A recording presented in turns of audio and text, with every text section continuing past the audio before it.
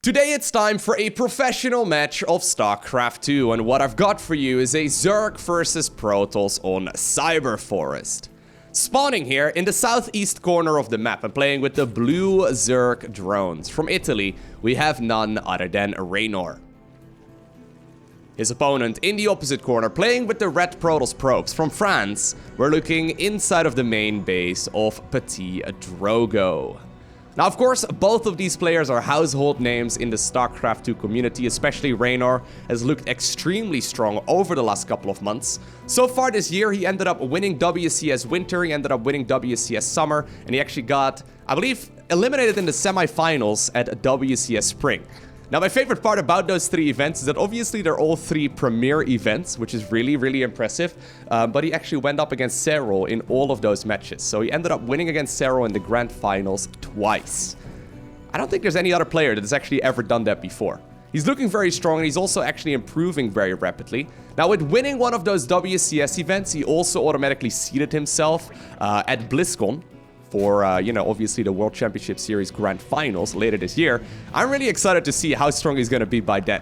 Now, I actually talked to him recently at Home Story Cup. I was commentating some games with him. And the craziest part about all of this, and this is what kind of blew my mind for a little bit, is that he mentioned, yeah, I still go to school full time. Isn't that crazy? Like, he's taking games off of the best in the world. He's winning tournaments left and right. But since he's 17 years old, he still has to go to school. I mean, I wonder what life is going to be like for him in, like, maybe a year or two from now if he decides to stick with the game and if he decides to, continue practicing as hard as possible. Because, I mean, he's going up against people that do play this game full time. Now, Drogo, he's one of those players, and this is going to sound a little mean, but I mean it in a nice way. Drogo is one of those players who's extremely highly ranked on the European ladder, which is arguably speaking the hardest ladder to get really highly ranked on, but he doesn't really have the tournament results to really back it up.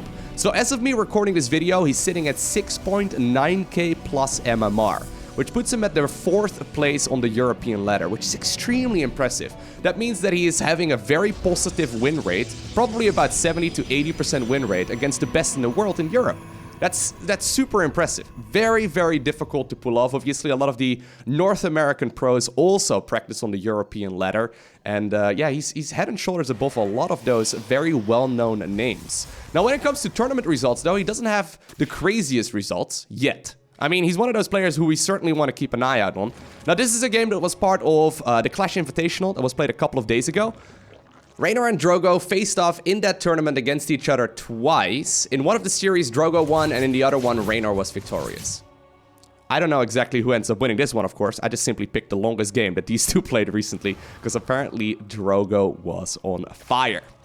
Anyways, enough blabbering. Let's see what both of these players are going for. So very standard builds so far. We see that Twilight Council opener right here, followed up with a robotics facility. We'll see what exactly he plans on doing here in just a little bit, but obviously Protoss in general is always looking to slow down the Zerg as much as possible. So in this game, it's gonna be that Dark Shrine. He's likely looking to warp in a couple of Dark Templar. It's actually kind of new right now to warp in 3 Dark Templar rather than 4. It hits a little bit sooner, so we'll see if that's gonna be the case here. Yeah, that makes actually 3 gateways in total. No, he's gonna go for 4, never mind. But basically, we've seen a couple of variations to the Dark Templar drop over the last couple of months, where players decide to hit a little bit sooner, even though it's going to be a little bit weaker, but it sometimes catches the Zerg opponent off guard. Reynor, though, not really taking any risks here, going for about, I think, a 340, 335-ish lair. If you go for a 335 lair, you can actually finish up an Overseer in time, just as the first Dark Templar arrives. So this is all going exactly according to plan. It really is, though, very much so up right now for the Protoss player here to slow down the Zerg. Because if you leave Reynor alone here for a couple more minutes, he's gonna sit at 80 workers, okay? He's gonna power out those workers, and right now, well, he knows that the Prism is flying across the map, so he's forced to, at the very least, make a round of roaches. And look at the timing right there on the lair. It's absolutely perfect. Dark Shrine finishes up. Lair right now finishes up as well. Overseer is coming up, and even though we'll likely see a couple of those Dark Templar being warped in, that Overseer is going to be done in time. So even though Reynor didn't get a perfect scout of exactly what was going on, he just simply played it very safely and didn't take any unnecessary risks. And apparently he's feeling very confident. Only has 5 roaches out and 6 Zerglings already going straight back to droning. Alright. Now, Drogo knew that his opponent probably had it scouted. So he figured, okay, you know what? I'm going to go ahead and just immediately morph the Dark Templar into Archons. That means he can do a little bit of juggling. The Queen's right now dedicated with the task to shut down that Prism if possible. The Prism, technically speaking, should be able to keep these units alive indefinitely. But nice bit of micro. And you can see right here that that drone count is going to start getting very, very, very heavily in favor here of the Zerg. In the meantime, though, on the other side of the map, while the Prism is being juggled, right, or while the Archons, rather, are being juggled, the third base has been acquired completely uncontested. So that means that Drogo is going to start being able to really focus on multiple sets of splash damage units. I think on 2 bases, it's very difficult to go for, say, like, both High Templar and then also Colossi. But once you go up to 3 bases, that's when you really can see Protoss going for High Templar and maybe a couple of Archons. And they can go for a much more sophisticated unit composition. Generally speaking, 2-base all-ins are considered to be very strong on the ladder. I do think, though, that if you're a pro gamer, you don't really lose that many games to 2-base all-ins. Just because all of these Zergs are very good at dealing with that. And beautiful snipe there by Drogo. Forcing those drones to scatter all over the place because they're scared of that splash damage of the Archons, but then also sniping the Queen. And actually now a single Dark Templar feeling a little bit cheeky. Oh, he's actually going to recall it. What? Wow. That is a 200 IQ move right there. Did you see that? He warped it in the vision there of the Overlord, and then he recalled it, I think, just barely outside of the vision? I'm not entirely sure, but at the very least, Reynor knew that something was being warped in, so now he's forced to leave some units behind. He's looking around right here. It's like, Mom, I told you. There was a unit there, I swear. Nicely done. 4th base being acquired here by Reynor, and he's actually going to go for that Roach Swarm Host composition. Now, this map, obviously, it's got a lot of, I guess valleys and high grounds and crevices and all that. It makes it pretty good for those Locusts to be able to fly over those locations. You can do a lot of damage with them. However, if Protoss manages to get a very large army going, right? If they manage to go over, say, 140-ish supply, and great scout there by Drogo, he knows exactly what's going on. But if they manage to go over, say, like 140 supply, Protoss, generally speaking, has a pretty easy time dealing with the swarm hosts, but it can be very difficult to get to that position, as Reynor is going to start getting aggressive right now with those swarm hosts. Essentially, the swarm hosts are great defensively against Archon Immortal Zealot-based armies, but they're also really good offensively. If you manage to get multiple waves off with these hosts, they can deal a lot of damage. Now, once again, man, Drogo is being an absolute nuisance right here with these Archons and with that one Prism. I mean, the Queens have been shooting away at it for quite some time. Well, let's see how this goes. I think the Swarm Hosts are making up a move right here. I think they want to fly the Locust towards the 3rd base. He's got to be careful that he lands them at the correct moment. Oh, I love that. Oh, did you see that? Reynor actually almost dropping down the Locust on top of those Archons, who would have surely once again picked up inside of that Prism. Nice little bit of control here, though. Once again, that Prism picking up so many of those weakened units. 1 or 2 of those Protoss units ended up falling there, but that was very manageable. Yeah, look at that. Only a couple of Zealots. Whoa. That may have actually been some of the cleanest defense I've ever seen against a big Locust wave like that. Right now, obviously, these Swarm Hosts are going to be on cooldown. They will have to wait like another 20 seconds before they can activate their ability once again. This is actually a little bit troublesome right now because Drogo needs to try and just simply get a bigger army out. And if that happens, usually dealing with Swarm Hosts becomes easier. Because look at the supply count right now, right? Reynor is maxed out. And that's the issue with playing Roach Ravager Swarm Host. You max out really quickly, and you manage to obviously get into a pretty good spot early on. But from there on out, I mean, you've basically peaked in power, right? You're not really going to be able to get that much more done. Also, keep in mind, whenever you see players going for Roach Swarm Host-based armies, good cancel there, usually they won't have a lot of economy. So right now, it's only 67 workers here for Zerg, which is really not that much. Once again, though, the Zerg army right here being chased down by a bunch of those Protoss units. Beautiful force field there as well, cutting off those Zerg retreats. And even though the Swarm Host decided to take a bit of a different path, right now, Reynor is in an awkward spot where he decides to just simply, once again, go for more Roaches and Ravagers. Excellent moves there by Drogo. Slowly but surely increasing his influence in this game. He knows that he doesn't necessarily need a 4th base here, but it'd be nice, right? Just simply getting the gases going. More of those Archons, they are really, really good in these kind of scenarios. Dodging the Biles. Nicely done, man. Really impressed right here with how Drogo is handling this so far. That Prism has been worth its weight in gold, right? Not only juggling those Archons early on, but then also just simply providing so much value earlier when it came to dealing with the first wave of Swarm Hosts. This is an awkward spot, though. I don't know if I really like this position here for Protoss. Now, all of the Swarm hosts did just utilize their Locust Wave, and they are currently on cooldown. And even though this is a bit of a strange corner, one of the Immortals also gets rallied in a bit of a weird angle. It actually does now allow Drogo to get a favorable trade there and to get the snipe on that 4th base as well. Hive is coming up, Spire is coming up as well, so I think Reynor wants to go for a switch right now towards Brute Lords. Still though, Drogo is not letting go of the gas just yet, right? Once again, forcing that Locust Wave and then backing up. Using that Prism to juggle the units from the back towards the front of the army whenever they take small amounts of damage. Once again, saving so many of those. Now the Locusts are gonna start running on cooldown, and that immediately means that once again, the Protoss army is ready to engage. Beautiful work right here by the French Protoss player. Really optimizing, the mobility of his army, using that Prism, using those Blink Stalkers, and really only engaging when those Swarm hosts are on cooldown. Really, really liking that. And right now, right, it is all of a sudden 4 base Protoss going up against 3 base Zerg. It looks like Reynor does want to go for a bit of a transition. Right now going for Zerglings and then also the Baneling speed upgrade. Obviously this Protoss army right here, very strong, but not so good against just pure Zergling-based armies. I mean, Stalkers obviously, together with Immortals, really not that powerful against this composition. But once again, when the Locusts fly, the Protoss runs. Do you think he's going to turn around again? You kind of... So the thing is, right? Yeah. So the thing is, I think Reynor needs to get something done with these Swarm hosts. Because Drogo is playing him like a fiddle right now. Just going back and forth right now, preventing those Swarm hosts from being used offensively. So he's never really fighting this army. He's never really taking like a bad trade. He's just forcing the Zerg to stay at home while he's slowly but surely building up his supply count. Now I like this. A couple of Locust Assassins. A couple of Swarm host Assassins moved across the map.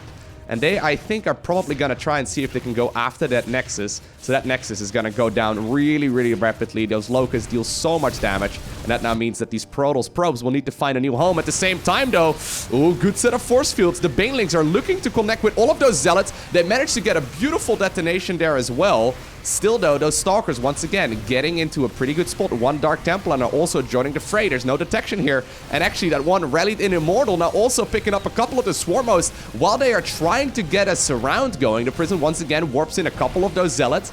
They're trying to see if they can get something done. That one Dark Templar, man, picking up a lot of kills. Okay, the Locust Wave is here, and that's probably gonna lay off the gas for a little bit for the Protoss. What an action-packed fight. Really cool stuff. Now, even though the 3rd Nexus there was sniped, there's already a follow-up Nexus here, and now we're still in a scenario where Protoss is actually matching the bases of the Zerg, and that's the situation that Protoss always wants to be in. Prism, once again, takes a little bit of shield damage, but nothing too crazy. Reynor is starting to run out of money. He doesn't have a lot of resources back in his main, doesn't have a lot of patches in his natural either. Oh, here we go. Protoss moving in. He wants to go for the kill right now. The question is there going to be enough? Great micro right there on all of those Protoss units. Dodging those biles left and right. Swarmos, though, gonna go off cooldown once again. And I think with that Locust Wave coming up, he should be able to shoo back most of this Protoss army. That Stalker clump certainly is gonna be picked off. A Great Aspire is available. I would love to see a switch right now to Swarm Host. Or rather to Brute Lords. But the thing is, Drogo has not been letting go of the gas. Right? I know I've said that a couple times, but he's really not been laying off the pressure here whatsoever.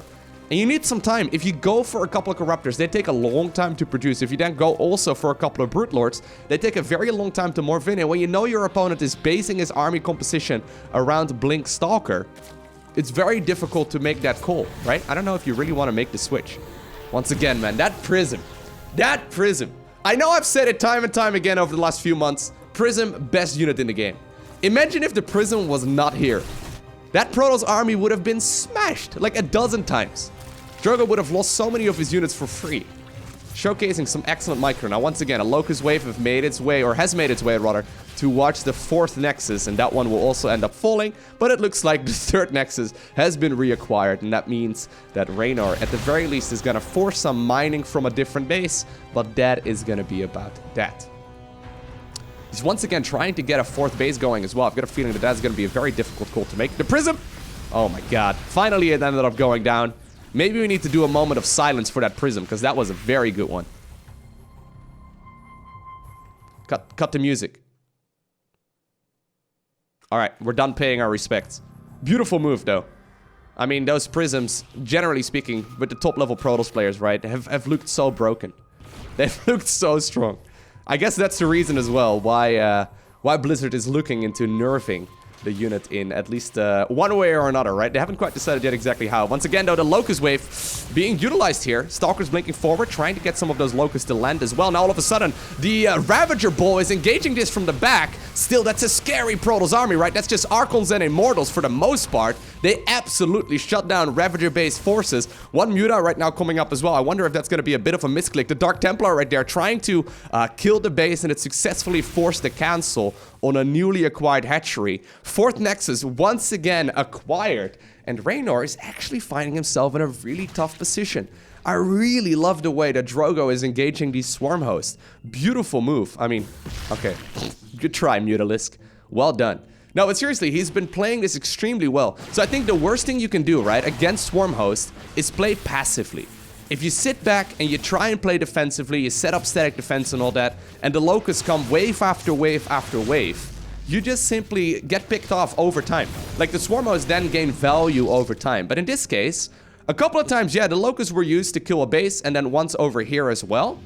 But for the most part, all of the Locust waves were used defensively. Drogo pushed and pushed and pushed, and then as soon as he saw that the Locust wave was being activated, that's when he decided to back up once again, slowly increasing his supply count as well and trying to get favorable traits. So if you look right here at the resources lost, this almost never happens. Okay? So I really want to emphasize that. A Protoss trading efficiently against a swarm host based composition, that's crazy. Well, here we go once again. The swarm hosts, I mean, they can activate their Locust Wave, but I almost feel like we're at the point where he can just fight this. I mean, that is so many of those Archons. I don't know, actually. Nah, take that back.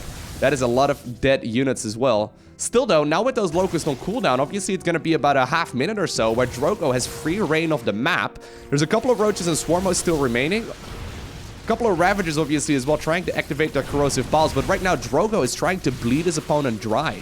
He's smelling the blood in the water right now because he hasn't really had his opponent mind very much, right? That's the real issue here for Drogo, or for Reynor rather. He hasn't mined very much, and he's actually found himself in a really weird spot where he's running out of money playing Roach or Ravager Swarm Hosts. That doesn't usually happen. The Blink Stalker now move forward towards the natural. They're going after those Swarm Hosts. Once again, activating their Locust though, and it looks like this Protoss army may be forced to back up once again. The majority of those Archons though have gone down. A couple of the Immortals were picked off as well. Drogo's starting to get a little bit more aggressive. 20 Archons died in this game so far. But the thing is, right, the fact of the matter is right now that Drogo is mining so much more. Look at the income. Look at the income discrepancy right now. That's huge. So Drogo doesn't really need to trade efficiently anymore. He could even lose double the amount of resources as his opponent, and he would still be fine. As long as he keeps on denying expansions, he should be in a really good spot, and he knows it. Oh my god, playing aggressively right now, picking up those swarm hosts one by one. When it comes to Zerg comeback mechanics, yeah, swarm hosts are one of the ways of getting back into it. But Drogo giving us a masterclass on how to deal with a Roach swarm host army. So all you need to do, guys, get this, right? For those of you Protoss players out there that are taking notes, all you need to do is micro like a god. That's all, man. Just don't make any mistakes and you'll win. Now, that was extremely well done there by Drogo. I hope you enjoyed watching this video. If you did, make sure you hit that like button down below, as it helps me out a lot with the YouTube algorithm. If you click the like button, it will show, at the very least, to maybe some other viewers as well, that, you know, they might want to watch this video just because you recommended it. Indirectly, I suppose. And if you're new here, make sure you hit that subscribe button as well so you get notifications as soon as I upload future content. For now, I want to thank you for watching. Have an amazing day. Do not forget to smile, alright? And I will see you once again in the next one.